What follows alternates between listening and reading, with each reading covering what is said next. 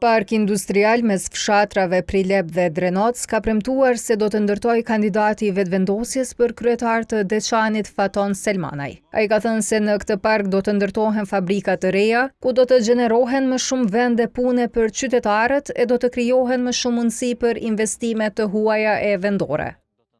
Në Lipjan, kandidati Ilir Qeriqi ka thënë se me qeverisjen e tij do t'i largojë të gjitha deponit ilegale prej 86 sosh.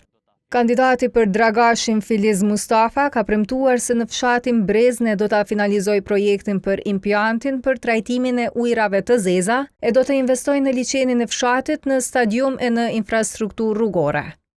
E në Prishtinë, kandidati për kryetar Hajrullah Çeku ka thënë se është në pritje të përgjigjes së kundërkandidatit të tij nga DDK-ja për ballafaqim televiziv.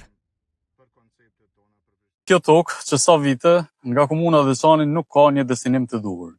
Ndodhemi këtu me ministrin Hajdari mes fshatit Prilep dhe fshatit Drenoc, ku së bashku planifikojmë ndërtimin e një parku industrial. Si zotim të dytë e kemi ndërtimin e stadiumit këtu në liçenin e Breznes, i cili do të jetë multifunksional. Do të investojmë po ashtu në liçenin e Breznes në zhvillimin e mëtejshëm të këtij atraksionit të jashtëzakonshëm turistik që e ka komuna jonë.